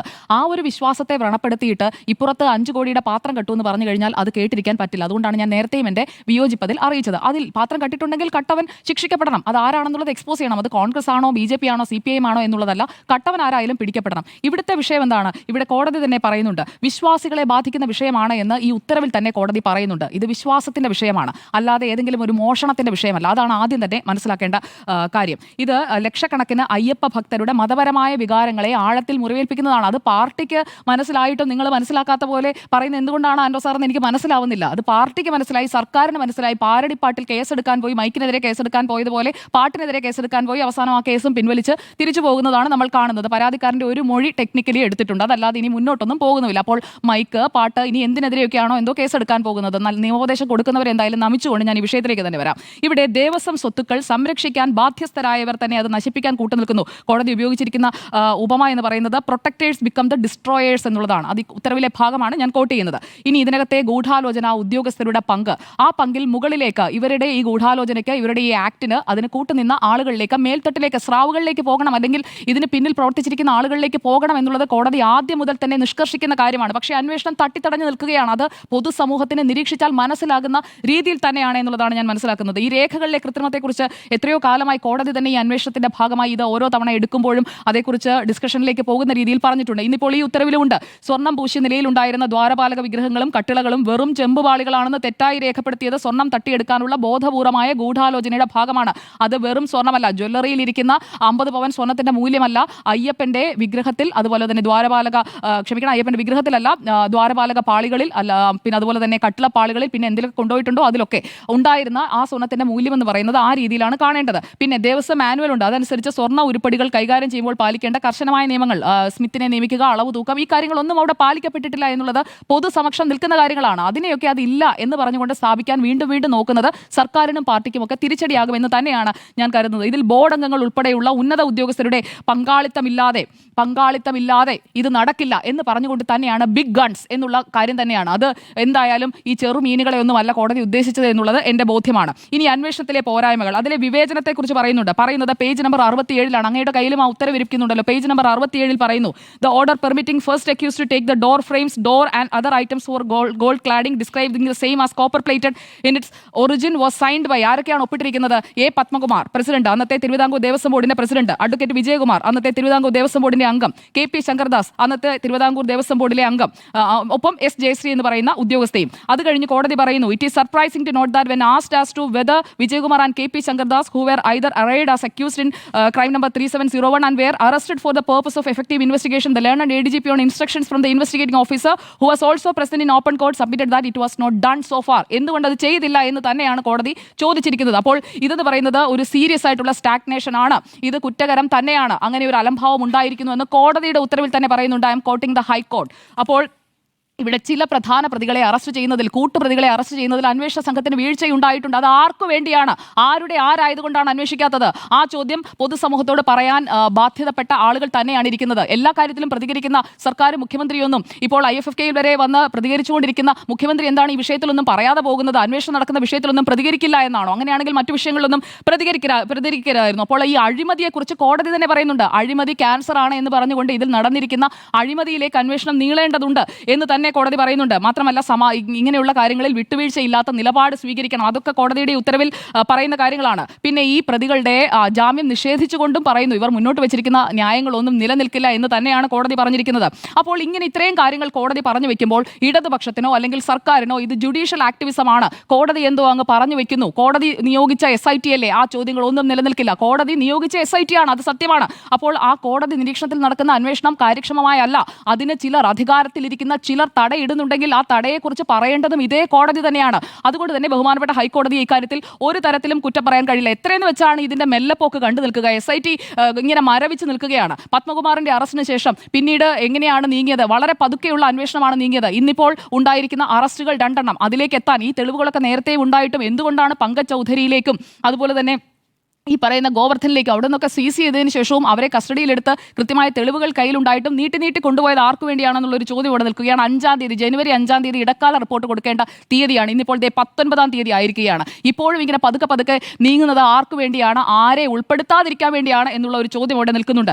ഇവിടെ എന്തായാലും ഞാനൊരു കാര്യം കരുതുന്നത്, സ്മാർട്ട് ക്രിയേഷൻസിന്റെ CEO പങ്കജ് ഭണ്ഡാരി അതൊരു ചെറിയ മീനൊന്നുമല്ല. പല കണ്ണികളിലേക്കും നീളുന്ന ഒരു കണക്ഷൻ തന്നെയായിരിക്കും പങ്കജ് ഭണ്ഡാരി എന്നാണ് ഞാൻ മനസ്സിലാക്കുന്നത്. അപ്പോൾ അയാൾ അറസ്റ്റിലായതോടെ ഇനി പലരുടെയും നില പരുങ്ങലിലാകാനായിട്ടുള്ള എല്ലാ സാധ്യതയുണ്ട്. ന്യായമായും സംശയിക്കാവുന്ന കാര്യം ദേവസ്വം ബോർഡിന്റെയും അതുപോലെ തന്നെ ഈ പറയുന്ന സ്മാർട്ട് ക്രിയേഷൻസിന്റെയും ഒരു മിഡിൽ മാൻ ആയിട്ടാണ് ഉണ്ണികൃഷ്ണൻ പോറ്റിയെ ഉപയോഗിച്ചത് എന്നുള്ളതാണ്. ആ മിഡിൽ മാൻ വഴി എന്തൊക്കെ കച്ചവടം നടത്തിയിട്ടുണ്ട്, സ്മാർട്ട് ക്രിയേഷൻസ് വഴി ഈ ഉന്നത തലത്തിലുള്ള ഗൂഢാലോചന ചെന്ന് നിൽക്കുന്നത്, അത് മറ്റു ചില കച്ചവടങ്ങൾ കൂടിയാണ്, അത് രാജ്യാന്തര റാക്കറ്റുകളാണ്. ആ രീതിയിൽ അയ്യപ്പന്റെ സ്വർണം അല്ലെങ്കിൽ അയ്യപ്പന്റെ ശ്രീകോവിലുണ്ടായിരുന്ന സ്വർണ്ണം എന്ന് പറഞ്ഞു കഴിഞ്ഞിട്ടുണ്ടെങ്കിൽ ആഗോള തലത്തിൽ തന്നെ അതിന് വരുന്ന മൂല്യം എത്രയാണെന്ന് മനസ്സിലാക്കിക്കൊണ്ടുള്ള അങ്ങനെ ഒരു സംഘത്തിന് ഇവരെല്ലാവരും കൂട്ടുനിന്നിട്ടുണ്ടോ എന്നുള്ളത് അറിയണമെന്നേ. കാരണം ഇവിടെ ഈ പോറ്റി രാത്രി വെളുക്കെ പണക്കാരനായി. അപ്പോൾ പോറ്റിക്ക് മാത്രമായിരിക്കില്ലല്ലോ ഷെയർ കിട്ടിയിട്ടുണ്ടാവുക. ഈ പറയുന്ന ആളുകളുടെയൊക്കെ സമ്പത്തിലുണ്ടായിരിക്കുന്ന വർധന, അവർ വാങ്ങിക്കൂട്ടിയിട്ടുള്ള സ്വത്തുക്കൾ തുടങ്ങി സകല കാര്യങ്ങളും അന്വേഷിക്കണം. അങ്ങനെ അയ്യപ്പനെ കട്ടുമുടിച്ച് സമ്പന്നരായി എല്ലാ കാലവും വാഴാം, അല്ലെങ്കിൽ ഇങ്ങനെയൊക്കെ ചെയ്യാം, തങ്ങൾക്ക് വിശ്വാസികളെ എല്ലാവരെയും വഞ്ചിക്കാം, അങ്ങനെയൊക്കെയുള്ള തോന്നലൊക്കെ ഉണ്ടെങ്കിൽ ആ തോന്നലങ്ങ് മാറ്റിവെക്കുന്നതാണ് നല്ലത്. എന്തായാലും വാസുവിലും പത്മകുമാറിലും ഒക്കെ ഒതുക്കി നിർത്താനായിട്ടുള്ള നീക്കത്തിനാണ് കോടതി ഇന്ന് തടയിട്ടത് എന്നതാണ് എൻ്റെ ബോധ്യം. പക്ഷേ SITക്ക് ഫ്രീ ഹാൻഡ് കൊടുത്താൽ പാർട്ടി വെട്ടിലാകുന്ന സാധ്യതയുണ്ടോ എന്നതുകൂടി നമ്മൾ അറിയേണ്ടിയിരിക്കുന്നു. കാരണം പല പേരുകളും ഉയർന്നു വരുന്നുണ്ടല്ലോ. ആ പേരുകളിലേക്കൊക്കെ അന്വേഷണം നീളുമോ എന്നതും അറിയണം. പാർട്ടിക്ക് അങ്ങനെ ചില പ്രധാനികളെയൊക്കെ ബലി കൊടുക്കാൻ പറ്റുമോ എന്ന് എനിക്കറിയില്ല. അങ്ങനെ ബലി കൊടുക്കാതിരുന്നിട്ടുണ്ടെങ്കിൽ പാർട്ടിയുടെ നില പരിങ്ങലിലാകും. നമ്മൾ തദ്ദേശ തെരഞ്ഞെടുപ്പിൽ കണ്ടതുപോലെ പാർട്ടിക്ക് സാധാരണക്കാരായ വിശ്വാസികളായ പാർട്ടി പ്രവർത്തകരോടൊക്കെ ഒന്ന് ഇറങ്ങി ചോദിച്ചു നോക്കണം. അവരൊക്കെ നാണം കെട്ട് നിൽക്കുകയാണ്. ഈ പോറ്റിയെ കയറ്റി എന്നുള്ള പാട്ടും കേട്ട് അത് അയ്യപ്പനെ ഏതെങ്കിലും തരത്തിൽ അപമാനിക്കുന്നതാണെന്നുള്ള ഒരു വിശ്വാസിയായ എനിക്ക് ആ തോന്നലില്ല കേട്ടോ. ഞാൻ അതുകൂടി വ്യക്തമാക്കുകയാണ്. അതിൽ അയ്യപ്പനെ ഒരു തരത്തിലും അപമാനിച്ചിട്ടില്ല എന്ന് മാത്രമല്ല, അയ്യപ്പനോട് പറയുകയാണ്, സങ്കടങ്ങളെല്ലാം അയ്യപ്പന്റെ മുന്നിൽ അവതരിപ്പിക്കുകയാണ്. ദേ ഇവരിങ്ങനെയൊക്കെ ചെയ്തു അയ്യപ്പ എന്ന് പറയുകയാണ്. ആ ശരണം അയ്യപ്പ എന്നുള്ള രീതിയിലാണ്, അയ്യപ്പ നീയെങ്കിലും ഇതൊന്ന് കണ്ടെത്തൂ എന്നുള്ള രീതിയിൽ ആ ഒരു ശരണം വിളി പോലെ തന്നെയാണ് ആ പാട്ട് വന്നിരിക്കുന്നത്. അതിലുടനെ മതവികാരം വ്രണപ്പെട്ടു എന്ന് പറഞ്ഞ് ഒരു ഭാഗത്തു കൂടി നൈസായിട്ട് ഓപ്പറേറ്റ് ചെയ്ത് നോക്കിയതാണ്. പക്ഷേ അത് പൊളിഞ്ഞ് പാളീസായി നിൽക്കുന്നു എന്നുള്ളതാണ്. കാരണം പത്തനംതിട്ടയിലെ രാജഗോപാൽ അടക്കമുള്ള ആളുകൾ എന്താണ് കാര്യമെന്നുള്ളത് തുറന്നു പറഞ്ഞു കഴിഞ്ഞിരിക്കുകയാണ്. അത് രാജു എബ്രഹാമിലൂടെ അങ്ങനെ പലരിലൂടെ ഇനി പുറത്തേക്ക് വരാൻ പോവുകയാണ്. അപ്പോൾ പാരടി പാടി വിഷയം ബൂത്ത് തലത്തിൽ വരെ സജീവമാക്കുകയാണ്. പവൻ ഖേര വരെ ഈ പാട്ട് പാടി കഴിഞ്ഞിരിക്കുകയാണ്. അങ്ങ് ദില്ലിയിൽ ഇരുന്നുകൊണ്ട് മലയാളം പഠിച്ച് പാടി പവൻ ഖേര വരെ. അപ്പോൾ എന്തായാലും കോൺഗ്രസ് ആ വിഷയം സജീവമാക്കി നിർത്തും. അതിൽ രാഷ്ട്രീയ താല്പര്യങ്ങൾ അവർക്കുണ്ടാകാം. പക്ഷേ ഈ കാര്യത്തിൽ വിശ്വാസികൾക്കൊപ്പം നിൽക്കുന്നു, അല്ലെങ്കിൽ ഈ വിഷയത്തിൽ വിഷയത്തിൽ ഞങ്ങളുടെ സ്റ്റാൻഡ് ഇതാണെന്ന് അവർ ക്ലിയർ ആയിട്ട് പറയുമ്പോൾ അതിനൊരു മറുപടിയില്ല. അത് തിരിച്ചറിയേണ്ട കാര്യമാണ്. എന്തായാലും CPIM പ്രവർത്തകരായ വിശ്വാസികളുടെയൊക്കെ മാനം പോയി നിൽക്കുന്ന ഒരു സാഹചര്യമാണ്. ഈ പാട്ടും കേൾക്കണം, ഈ കള്ളനെന്നുള്ള വിളിയും കേൾക്കണം. എന്തൊരു കഷ്ടമാണല്ലേ. അവരുടെ കാര്യം ഓർക്കുമ്പോൾ എനിക്ക് വിഷമമുണ്ട്. എന്തായാലും സ്വർണ്ണക്കടയുടമ ഗോവർദ്ധനും പങ്കജ് ഭണ്ഡാരിയും ഒക്കെ നടത്തുന്ന വെളിപ്പെടുത്തലുകൾ എന്താണ്? ഈ പറഞ്ഞ ബിഗ് ഗൺസിലേക്കൊക്കെയുള്ള ലീഡ് അവർ കൊടുക്കുമോ, അതോ ആ ലീഡൊന്നും ഇല്ലാതെ ഈ അന്വേഷണം ഏതെങ്കിലും രീതിയിൽ തീർക്കാൻ ശ്രമിക്കുമോ? തീർക്കാൻ ശ്രമിച്ചാൽ കോടതി അതിന് സമ്മതിച്ചു കൊടുക്കുമോ? ആ ചോദ്യങ്ങൾക്കൊക്കെയാണ് ഉത്തരം കിട്ടേണ്ടത്. എന്തായാലും ഇതുവരെ സസ്പെൻഡ് ചെയ്യാൻ പോലും തയ്യാറാകാതെ 2 പാർട്ടി അംഗങ്ങളെയും വെച്ചുകൊണ്ടിരിക്കുകയാണ്. അതിനൊക്കെ പാർട്ടി മറുപടി പറയേണ്ടി വരും. അതുകൊണ്ട് ഇത് SITക്ക് തിരിച്ചടി തന്നെയാണ്. കോടതി കൃത്യമായി കാര്യങ്ങൾ ചൂണ്ടിക്കാട്ടി കഴിഞ്ഞിട്ടുണ്ട്. ഇനി ആ രീതിയിൽ അന്വേഷണം പോയില്ലെങ്കിൽ വീണ്ടും കോടതി ഇടപെടൽ നമ്മൾ കാണേണ്ടി വരും. ഓക്കെ, ഇതിൽ SITക്ക് തിരിച്ചടി ഉണ്ടായിട്ടുണ്ടോ എന്നുള്ളതാണ് പ്രധാനപ്പെട്ട ചോദ്യം. SITക്ക് തിരിച്ചടി ഉണ്ടായി എന്ന് ഞാൻ കരുതുന്നില്ല. ഹൈക്കോടതി ഉത്തരവ് വായിച്ചു നോക്കുമ്പോഴും SITക്ക് തിരിച്ചടി എന്നല്ല പറഞ്ഞിരിക്കുന്നത്. അന്വേഷണത്തിൽ ജാഗ്രത പുലർത്തി തന്നെ മുന്നോട്ട് പോയില്ലെങ്കിൽ ബിഗ് ഗൺസ് അടക്കമുള്ളവർ ഈ കേസിൽ നിന്ന് രക്ഷപ്പെട്ടു പോകുമോ എന്നൊരു ആശങ്ക പ്രകടിപ്പിക്കുന്നുണ്ട്. ഇതിൽ SITക്ക് തിരിച്ചടിയാണെന്നോ SITക്ക് കടുത്ത വിമർശനമുണ്ടെന്നോ ഞാൻ ഇത് വായിച്ചിട്ട് എനിക്ക് മനസ്സിലാവുന്നില്ല. അതിലൊരു ഭാഗം ഞാൻ വായിക്കാം. അതിൽ 73-ാമത്തെ പേജിൽ 74, 75 പേജിൽ 32-ാമത്തെ paragraph. Flaws, laziness and willful lapses in the investigation of serious cases including corruption should be avoided to secure defect-free investigation and even full prosecution. Defect-free ആയിട്ട് ഈ അന്വേഷണം നടത്തണമെങ്കിൽ അതിനകത്ത് ഒരു തരത്തിലുള്ള അവധാനതയില്ലായ്മയും ഉണ്ടാവാൻ പാടില്ല, അതിൽ ഒരു തരത്തിലുള്ള അലസതയും ഉണ്ടാവാൻ പാടില്ല എന്നാണ് കോടതി പറയുന്ന ഒരു പ്രധാനപ്പെട്ട ഭാഗം. അതെന്തുകൊണ്ടാണ്? ഡിഫക്റ്റ് ഫ്രീ ആയിട്ട് ഇൻവെസ്റ്റിഗേഷൻ നടത്താൽ മാത്രമേ അത് പ്രോസിക്യൂഷനെ സഹായിക്കൂ. അത് എങ്കിൽ മാത്രമേ യഥാർത്ഥത്തിലുള്ള ബിഗ് ഗൺസിനെ കൊണ്ടുവരാൻ സാധിക്കൂ. ഈ ബിഗ് ഗൺസ് ആണല്ലോ ഇതിനകത്ത് പ്രധാനപ്പെട്ട വിഷയം. ഈ SIT ആരാ നിയമിച്ചത്? SIT തീരുമാനിച്ചത് കേരള ഗവൺമെൻറ്റിൻ്റെ ആഭ്യന്തര വകുപ്പല്ല. SIT നിർദ്ദേശിച്ചത് ഈ സർക്കാരല്ല. ഈ സർക്കാരിന് SITയുടെ കോൺസ്റ്റിറ്റ്യൂഷനിൽ ഒരു റോളുമില്ല. അതിൽ ഉത്തരവ് ഒക്ടോബർ മാസം ഹൈക്കോടതിയുടെ ഉത്തരവിൽ വളരെ വ്യക്തമായി പറയുന്നു, ഇപ്പോൾ നിയമിക്കുന്ന SITക്ക് എല്ലാ പ്രൊസീജിയറലായിട്ടുള്ള സഹായങ്ങളും നൽകുക മാത്രമാണ് സർക്കാരിൻ്റെ ദൗത്യം. അപ്പോൾ SITക്ക് തിരിച്ചടിയുണ്ട് എന്ന് പറഞ്ഞാൽ ആരെക്കുറിച്ചാണ് ഈ പറയുന്നത്? ഹൈക്കോടതി ഒക്ടോബറിൽ ഹൈക്കോടതി സ്യുമോട്ടോ എടുത്ത കേസിൽ ഹൈക്കോടതി തന്നെ നിയമിച്ച SITയെ കുറിച്ചാണ് പറയുന്നത്. നിങ്ങൾക്കതിൽ അലംഭാവം ഉണ്ടാവാൻ പാടില്ല. അതിലെവിടെയാ സർക്കാരിന്റെ പങ്ക്? SIT എന്ന് പറയുന്ന ഈ ഉദ്യോഗസ്ഥരെ ഹൈക്കോടതിയുടെ വളപ്പിലിരിക്കുന്നവരല്ല. അവര് ഏതൊക്കെ കേസുകളിൽ അല്ലെങ്കിൽ ആഭ്യന്തര വകുപ്പിൽ അതാണ് താങ്കൾക്ക് അതിനെക്കുറിച്ച് വലിയ ധാരണയില്ല എന്ന് പറയുന്നത്. ഹൈക്കോടതിയുടെ മേൽനോട്ടം എന്ന് പറഞ്ഞാൽ അതിൻ്റെ അർത്ഥം അവരെ റിപ്പോർട്ടിംഗ് അതോറിറ്റി ഹൈക്കോടതിയാണ്. അവരെ പൂർണ്ണമായിട്ടും ഹൈക്കോടതിയുടെ ഈ കേസുമായി ബന്ധപ്പെട്ടതിന് ടേംസ് ആൻഡ് റെഫറൻസ് നിശ്ചയിക്കുന്നത് ഹൈക്കോടതിയാണ്. അതുമായി ബന്ധപ്പെട്ട അവരുടെ റിപ്പോർട്ട് രഹസ്യമായിട്ട് സീലിൽ കൊടുക്കുന്നത് ഹൈക്കോടതിക്കാണ്.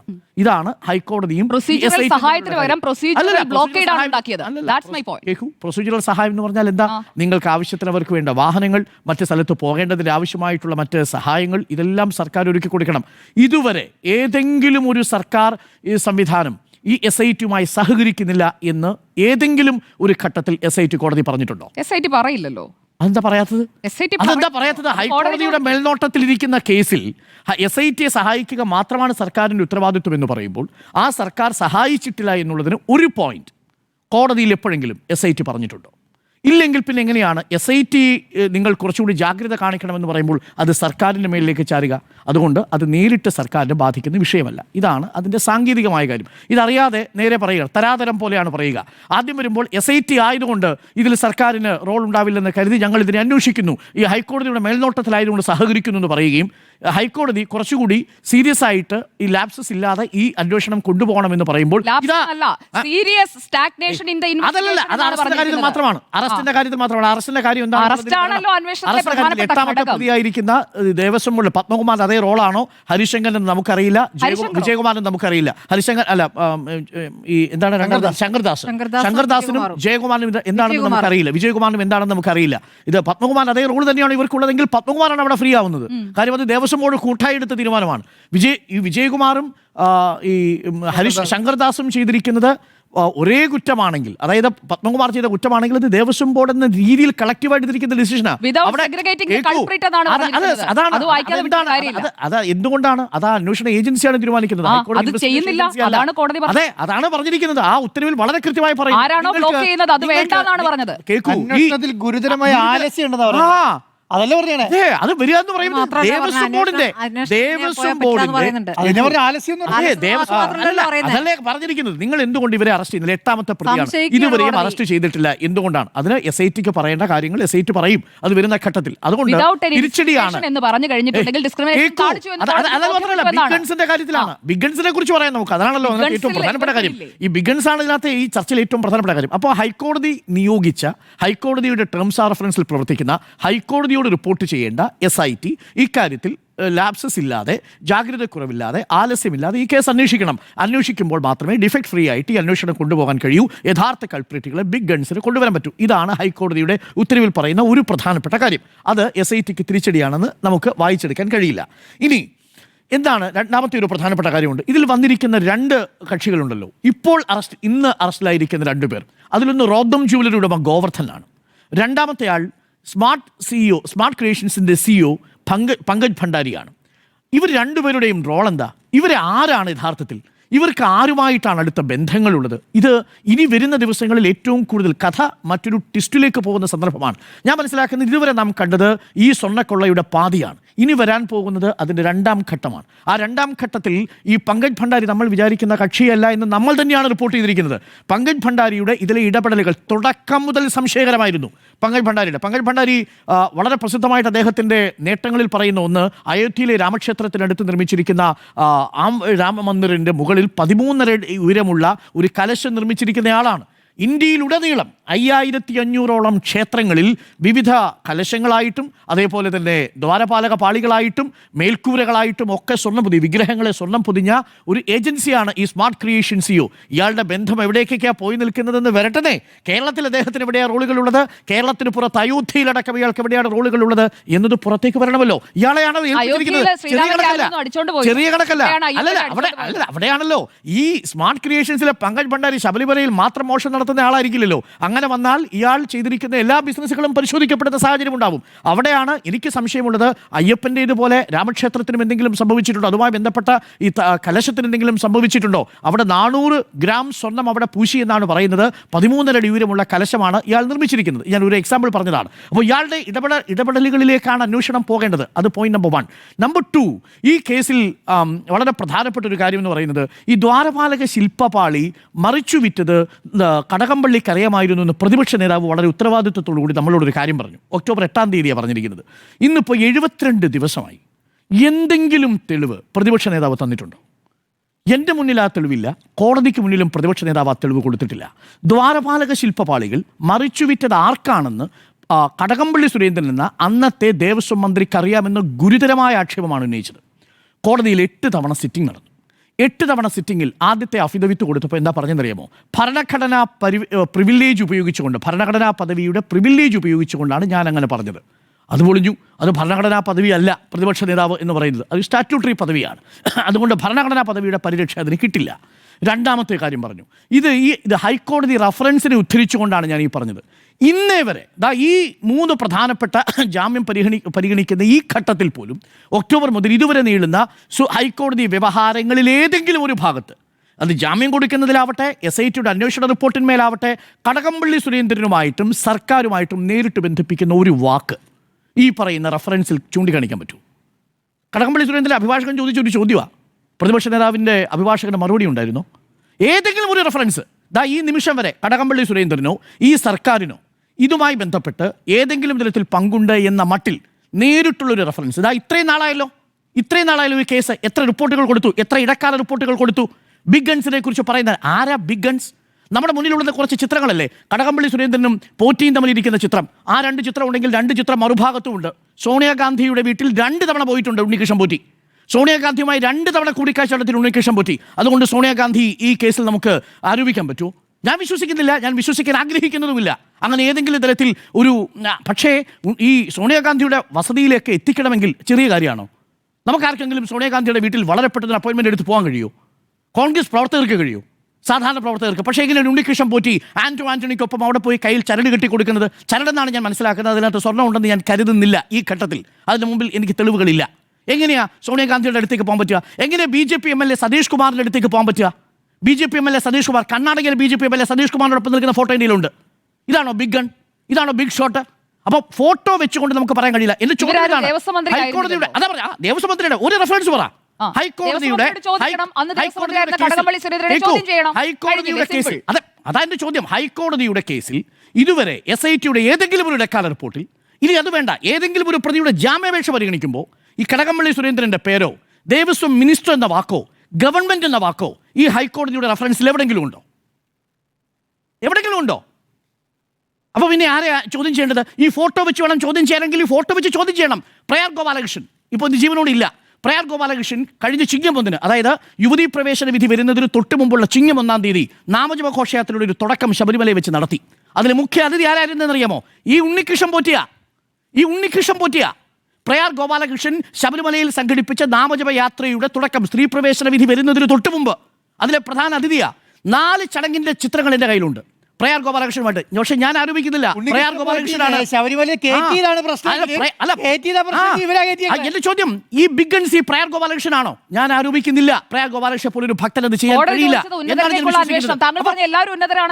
എന്റെ ചോദ്യം. ഈ ചിത്രങ്ങളല്ലാതെ ഉണ്ണികൃഷ്ണൻ പോറ്റിയോടൊപ്പം നിൽക്കുന്ന ചിത്രങ്ങളല്ലാതെ ജയറാം ഉണ്ണികൃഷ്ണൻ പോറ്റിയോടൊപ്പം നിൽക്കുന്നില്ലേ? ജയറാമിനകത്ത് എന്തെങ്കിലും റോളുണ്ടോ? അതാണ് എന്റെ ചോദ്യം. അപ്പോ തെളിവുകൾ എന്താ നമ്മുടെ മുന്നിലുള്ള? വെല്ലുവിളി പ്രതിപക്ഷ നേതാവ് ഒരു ഉത്തരവാദിത്വവും ഇല്ലാതെ വന്ന കടകംപള്ളി സുരേന്ദ്രന്റെ പേര് പറഞ്ഞ് ദേവസ്വം പാളികൾ മാറ്റിയത് കടകംപള്ളിക്ക് അറിയാമെന്ന് പറഞ്ഞു. 72 ദിവസമായി ദേവസ്വം ബോർഡും ദേവസ്വം മന്ത്രിയും ഒക്കെ ബന്ധമുണ്ടല്ലോ. അപ്പൊ ദേവസ്വം അതത് കാലത്ത് സർക്കാരുകളെ വിമർശിക്കുമ്പോൾ മന്ത്രിക്ക് അറിയാമെന്ന് പറഞ്ഞു രാഷ്ട്രീയ വിമർശനമാണ്. സ്മൃതി അത് രാഷ്ട്രീയ വിമർശനമല്ല. അങ്ങ് പ്രതിപക്ഷ നേതാവിനെ ചെറുതാക്കി കാണരുത്. പ്രതിപക്ഷ നേതാവ് ഇപ്പോഴും പറയുന്നത് രാഷ്ട്രീയ വിമർശനമല്ല എന്നാണ്. പ്രതിപക്ഷ നേതാവ് ഇപ്പോൾ പറയുന്നത് വസ്തുത അടിസ്ഥാനത്തുള്ള വിമർശനമാണെന്ന്. എനിക്കറിയാമെന്നാണ് പറയുന്നത്. പക്ഷേ തെളിവോടെ എനിക്കറിയില്ല. ഇപ്പോൾ സ്മൃതി പറഞ്ഞതാണെങ്കിൽ ഞാൻ അംഗീകരിക്കാം, അതൊരു രാഷ്ട്രീയ വിമർശനം എന്ന രീതിയിൽ അവിടെ പറഞ്ഞ് അവസാനിപ്പിക്കണമായിരുന്നു. പക്ഷേ രാഷ്ട്രീയ വിമർശനം എന്നല്ല, ഈ വിശ്വാസത്തിന്റെ വിഷയമായിട്ടേ അത്ര എളുപ്പത്തിൽ രാഷ്ട്രീയ വിമർശനം എന്ന് പറഞ്ഞ് ഊരിപ്പോകാൻ പറ്റില്ല. കാരണം എന്താ? അത് ഉണ്ടാക്കുന്ന കൊളുത്ത് അത്ര വലുതാ, അത് ഉണ്ടാക്കുന്ന ആഘാതം അത്ര വലുതാ. അത് വിശ്വാസമാണ്. ഇപ്പോൾ വന്ന വിവരങ്ങളുടെ അടിസ്ഥാനത്തിലാണ് പറയുന്നത്. നമ്മുടെ കയ്യിൽ അതേ ഉള്ളൂ. നമ്മുടെ നാളെ വന്നുകൂടായില്ല എന്ന് പറയാൻ പറ്റില്ല. അപ്പൊ താങ്കൾക്ക് പറയാൻ പറ്റില്ല, എനിക്ക് പറയാൻ പറ്റില്ല. അങ്ങെന്താണ് ഇങ്ങനെ പറയുന്നത്? പിന്നെ എങ്ങനെ ഇത്ര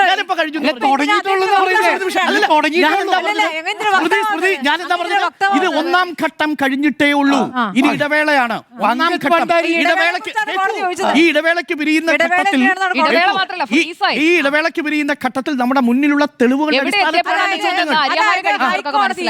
വെറുതെ ആകാശത്തേക്ക് ഒരു വെടി വെച്ചു. അങ്ങനെയാണോ? അല്ല, അങ്ങനെയാണ്.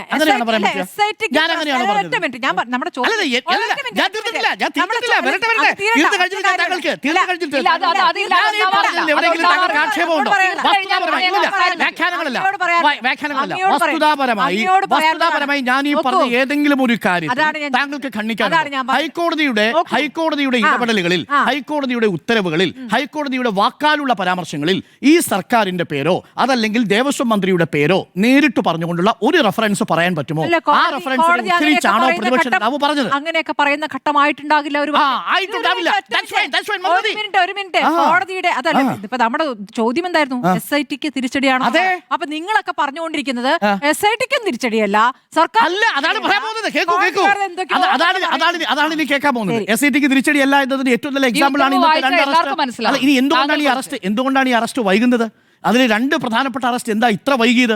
BSc-യുടെ ഒരു രേഖ വേണമായിരുന്നു. എന്താണ്? BSc-യുടെ പരിശോധനാ ഫലം വേണമായിരുന്നു, ഒരു ഫോറൻസിക് റിപ്പോർട്ട് വേണമായിരുന്നു. ഭണ്ഡാരിയുടെ കാര്യമാണ്. നോക്കൂ, അത് മാത്രമല്ല ഈ കേസിലെ അന്വേഷണം മുന്നോട്ട് പോകുന്നതിന് വേണ്ടുന്ന ആധികാരിക രേഖകൾ വേണമായിരുന്നു. ആ ആധികാരിക രേഖകൾ കിട്ടുന്നു, ഭണ്ഡാരിയെ പിടിച്ച് അകത്തിടുന്നു. റോദം ജ്വല്ലറി അവിടെ തീരില്ല. റോദം ജ്വല്ലറിയിൽ പോയി പൂജ നടത്തിയത് ആരാ? എന്താ ആർക്കും പറയേണ്ടാത്ത? റോദം ജ്വല്ലറി പൂജ നടത്തിയ ആളുടെ പേര് മഹേഷ് മോഹന്റെ കണ്ടിരുന്നല്ലേ? ഈ ഉണ്ണികൃഷ്ണൻ പോറ്റിയുമായി എത്ര സ്ഥലങ്ങളിൽ പൂജ നടത്തി? ബിഗ് ഷോട്ട്സ് ആണോ? ആർക്കറിയാം? അതാണ് പറയുന്നത്. ഈ അന്വേഷണം ഏതു ഘട്ടത്തിലേക്കാണ് പോകുന്നത് നമുക്ക് പറയാറായിട്ടില്ല.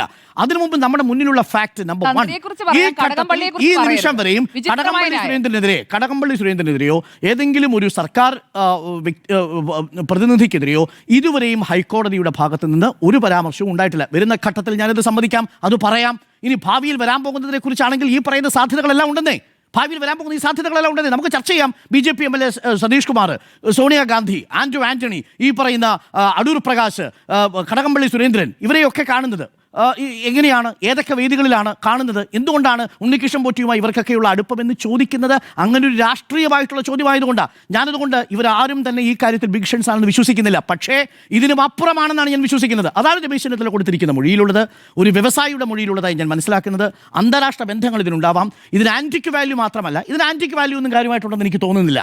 ഇപ്പോൾ വന്നിരിക്കുന്ന കട്ടളപ്പാളിക്കാണെങ്കിലും ശരി, ദ്വാരപാലക ശില്പപാളിക്കാണെങ്കിലും കഷ്ടിച്ച് 30 വർഷം 35 വർഷത്തെ മാത്രമേ 1988 ശേഷമാണല്ലോ ഇതെല്ലാം വരുന്നത്. അതുകൊണ്ട് 1988 മുതൽ ഒരു പുരാവസ്തു മൂല്യമല്ല, പക്ഷേ അതിനൊരു വിശ്വാസ മൂല്യമുണ്ട്. ഈ വിശ്വാസ മൂല്യമാണോ ഈ സ്മാർട്ട് ക്രിയേഷൻസിൽ നിന്ന് ഈ പാളി എടുത്ത് ഈ ജയറാമിൻ്റെ വീട്ടിൽ കൊണ്ടുപോയി പൂജിച്ചതിൻ്റെ കാരണം? അതിന് ഉത്തരവാദിത്വം ആർക്കാ? അതവിടെ വെച്ച് പൂജിക്കുമ്പോൾ അതിന് പിന്നിൽ എന്തെങ്കിലും സാമ്പത്തിക ക്രയവിക്രയം നടന്നിട്ടുണ്ടോ? അവിടെ മറ്റൊരു വ്യവസായി ഉള്ളതായിട്ട് എൻ്റെ അടുത്ത് തന്നെ ഈ ജയറാം പറഞ്ഞിട്ടുണ്ടല്ലോ ലൈവിൽ. അദ്ദേഹം മാത്രമല്ല അവിടെ ഉണ്ടായിരുന്ന മറ്റ് നേതാക്കൾ, മറ്റു വ്യവസായികൾ, ഇതേപോലെ കൊണ്ടുപോയി പ്രദർശനം നടത്തിയ സ്ഥലങ്ങൾ, ഇതൊക്കെ പരിധിയിൽ വന്ന് അടുത്ത ഘട്ടത്തിലേക്ക് നീങ്ങുന്നു. റോദം ജ്വല്ലറിയിൽ നിന്നാണ് 476 ഗ്രാം സ്വർണം പിടിച്ചെടുത്തിരിക്കുന്നത്. അത് ഏതെങ്കിലും സർക്കാരിൻ്റെ, കേരള സർക്കാരിൻ്റെ ഏതെങ്കിലും ഉദ്യോഗസ്ഥരുടെ വീട്ടിൽ നിന്നല്ല. ഇനി രണ്ടാമത്തെ 100 ഗ്രാം സ്വർണം വീണ്ടെടുത്തിരിക്കുന്നത് സ്മാർട്ട് ക്രിയേഷൻസിൻ്റെ CEO-യുടെ അടുത്തു നിന്നാണ്. അതും കേരള സർക്കാരിൻ്റെ ഉദ്യോഗസ്ഥനല്ല, അതും കേരളത്തിലെ ഏതെങ്കിലും ഒരു രാഷ്ട്രീയ പാർട്ടിയുടെ നേതാവല്ല. അപ്പോൾ തൊണ്ടി മുതൽ പിടിച്ചെടുത്തിരിക്കുന്ന 2 പേരെ ഇന്നിപ്പോൾ അറസ്റ്റ് ചെയ്തിരിക്കുന്നു. ഇവിടെ SIT-ക്ക് പിഴച്ചത്? SIT പിഴച്ചിരുന്നുവെങ്കിൽ ഈ പറയുന്ന CPM-ന്റെ ജില്ലാ കമ്മിറ്റി അംഗം SIT-യുടെ റിപ്പോർട്ടിൽ പറയുന്നത് എന്താ അറിയുമോ? ക്രിമിനൽ നെഗ്ലിജൻസ് എന്നാണ് പറഞ്ഞിരിക്കുന്നത്. ആ ക്രിമിനൽ നെഗ്ലിജൻസിന്റെ ഭാഗമായി ഇന്നിപ്പോൾ കോട്ടയത്ത്, പത്തനംതിട്ടയിലെ ജില്ലാ കമ്മിറ്റി അംഗം പത്മകുമാർ ജയിലിൽ കിടക്കുമായിരുന്നു. അപ്പോൾ പത്മകുമാറിന്റെ ജില്ലാ കമ്മിറ്റി അംഗം പത്മകുമാർ ജയിലിൽ കിടക്കുന്നുണ്ട്. ജില്ലാ കമ്മിറ്റി അംഗമല്ലാത്ത വിജയകുമാറും ശങ്കർദാസും പുറത്താണ്. അതുകൊണ്ട് വാട്ട് ഡസ് ഇറ്റ് മീൻ? ജില്ലാ കമ്മിറ്റി അംഗത്തെ പിടിച്ച് അകത്തിടാൻ പറ്റുന്ന SIT-ക്ക് ബാക്കിയുള്ള ദേവസ്വം ബോർഡ് അംഗങ്ങളെ പിടിച്ചെടുക്കാൻ എന്താ അത്ര വലിയ ബുദ്ധിമുട്ട്? അപ്പോൾ അതുകൊണ്ട് SIT-ക്ക് തിരിച്ചടിയോ എന്ന ചോദ്യത്തിന് എൻ്റെ ഉത്തരം വളരെ ലളിതമാണ്. SIT-ക്ക് തിരിച്ചടി ഇല്ലെന്ന് മാത്രമല്ല, ഇതുവരെ വന്നിരിക്കുന്ന തെളിവുകൾ പ്രകാരം നമ്മുടെ മുന്നിൽ സർക്കാരിനെതിരെ നേരിട്ട് കണക്ട് ചെയ്യാൻ പറ്റിയ ഒരു റെഫറൻസ് പോലുമില്ല. ഈ കേസിൽ ഇന്നിപ്പോൾ ജാമ്യം കിട്ടിയിരിക്കുന്നതിൽ KS ബൈജു, മുരാരി ബാബു, ഇവരുടെ സംഘടന രാഷ്ട്രീയം, ഇവരുടെ ട്രേഡ് യൂണിയൻ രാഷ്ട്രീയം എന്തെന്ന് നോക്കിയാൽ മതി. മുരാരി ബാബു ഏത് സംഘടനയുടെ സജീവ പ്രവർത്തകനായിരുന്നു? ദേവസ്വം എംപ്ലോയീസ് ഫ്രണ്ടിൻ്റെ ആയിരുന്നു. പിന്നീടാണ് അയാൾ ഫെഡറേഷനിലേക്ക് മാറുമ്പോഴും എംപ്ലോയീസ് ഫ്രണ്ടുമായിട്ടുള്ള ബന്ധം ഉപേക്ഷിച്ചിട്ടില്ല. KS ബൈജു അദ്ദേഹവും ആ ഫ്രണ്ടിൻ്റെ ജീവനക്കാരനായിരുന്നു, സഹയാത്രികനായിരുന്നു. അപ്പോൾ ഇങ്ങനെ 2 പേർക്കാണ് ഇന്ന് ജാമ്യം പോലും കിട്ടിയിരിക്കുന്നത്. ഇവരെയൊക്കെ പിടിച്ച് അകത്തിടാൻ SIT-ക്ക് പറ്റുമെങ്കിൽ യഥാർത്ഥത്തിലുള്ള ഗൺ ഷോട്ടുകളെയും SIT-ക്ക് പിടിച്ചിടാൻ കഴിയും എന്നാണ് ഈ വിഷയത്തിൽ എൻ്റെ വിനീതമായ അഭിപ്രായം. അപ്പോൾ ഈ പറയുന്ന സർക്കാരുമായി ഒരു ബന്ധമില്ലാത്ത ദേവസ്വം ബോർഡിലെ ചില ഉദ്യോഗസ്ഥർ മാത്രം പ്രതികളായ ഈ സംഭവത്തിൽ ഈ തദ്ദേശ തെരഞ്ഞെടുപ്പിൽ സർക്കാരിന് വെറുതെ തിരിച്ചടി ഉണ്ടാവുകയായിരുന്നു. ജനങ്ങൾ കോടതിയല്ല, നമ്മളുടെ മുന്നിലുള്ള വാർത്തകൾ, പ്രചരണങ്ങൾ, ഈ പ്രചരണങ്ങളുടെ അടിസ്ഥാനത്തിലാണ് ജനം 2016 ഉമ്മൻചാണ്ടിക്കെതിരായ ജനവിധി സോളാർ കേസിലെ ശിക്ഷയാണോ? അത് സത്യമായിരുന്നു. സോളാർ കേസിലെ ശിക്ഷയാണ്. സോളാർ കേസിലെ ശിക്ഷയായിട്ടില്ല. ആയിരുന്നോ? സോളാർ കേസ് ജനങ്ങളുടെ കൊണ്ടുവന്നത് മേലിൽ അതെങ്ങനെയാണ് പൊതുബോധം നിങ്ങൾ അല്ല, ഇതെങ്ങനെയാണ് രാഷ്ട്രീയമായി ഉപയോഗിച്ചത്? തിരിച്ചടിയായിട്ടുണ്ടെന്നാ സംശയം. അതാണ് അപ്പൊ പറയുന്നത് ജനമല്ല യഥാർത്ഥ കോടതി. അല്ല, നിങ്ങൾ കാരണം എന്താ നമ്മൾ സോളാർ കേസ് പറയുന്നത് പോലെയാണ് ഈ സ്വർണ്ണ കേസ് എന്നാണോ അങ്ങനെയല്ല, അങ്ങനെയാണ് പറയുന്നത്? അങ്ങനെയല്ല, തിരിച്ചടിയുടെ കാര്യമാണ് പറഞ്ഞത്. ആ. നിങ്ങൾക്ക് സോളാർ കേസ് എങ്ങനെയാണ്? സോളാർ കേസ് ഒരു പരാതിക്കാരി നിങ്ങൾ രാഷ്ട്രീയമായി ഉപയോഗിക്കുകയാണ് ചെയ്തത്. അവരെ കൊണ്ട് സോളാർ കേസിൽ സ്മൃതി സോളാർ കേസ് നിലനിൽക്കുന്നുണ്ട്. സോളാർ കേസിൽ വസ്തുതയുണ്ടെന്നുള്ളതാണ് ഇതുവരെയും പക്ഷേ സോളാർ കേസിലെ ലൈംഗിക കേസുമായി ബന്ധപ്പെട്ട് വരുന്ന സമയത്ത് അതിൽ ചില ആളുടെ എല്ലാവരുടെ കാര്യത്തിലും അല്ല ആ സൗജന്യമില്ല. ഉമ്മൻചാണ്ടിയുടെ കാര്യത്തിൽ ആ സൗജന്യം CBI ഉണ്ട്. ബാക്കി ആരെയും ആ രീതിയിൽ നമുക്ക് കാണാൻ കഴിയില്ല. നിലവിൽ ആ പറഞ്ഞിരിക്കുന്ന പരാതിക്കാരി വരുന്ന സമയത്ത് കോടതി ഉത്തരവ് ആത്യന്തികമായി എന്താണെന്നുള്ളത് നോക്കിയാൽ മതി. അതെ, ആ ഉമ്മൻചാണ്ടിയുടെ സോളാർ കേസല്ലല്ലോ, സോളാർ ലൈംഗിക കേസ്. ലൈംഗിക കേസിൽ 2014 ജനവിധി. നോക്കൂ, ജനവിധി വെച്ച് കോടതിയുടെ പരിഗണനയിലിരിക്കുന്ന കേസിന്റെ മെറിറ്റിനെ നമുക്ക് ചെയ്യാൻ കഴിയില്ല. അത് ശരി. അപ്പൊ ജനവിധി അല്ല പ്രധാന രാഷ്ട്രീയക്കാർക്ക്. അല്ല, കോടതി വിധിയാണോ? ശരി, കോടതി വിധിയല്ലേ? ഒന്നും പറയാനില്ല. കോടതി വിധിയാണോ? ഇപ്പൊ അങ്ങനെയാണെങ്കിൽ സോളാർ കേസിൽ ശിക്ഷിക്കപ്പെട്ടു. അല്ല, സോളാർ കേസിൽ ശിക്ഷിക്കപ്പെട്ടു.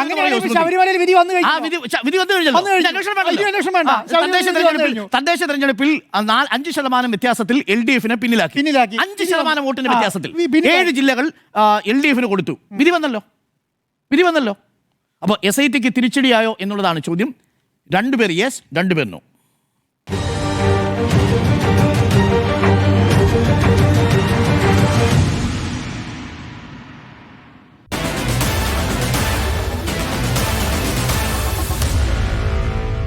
Meet the editors.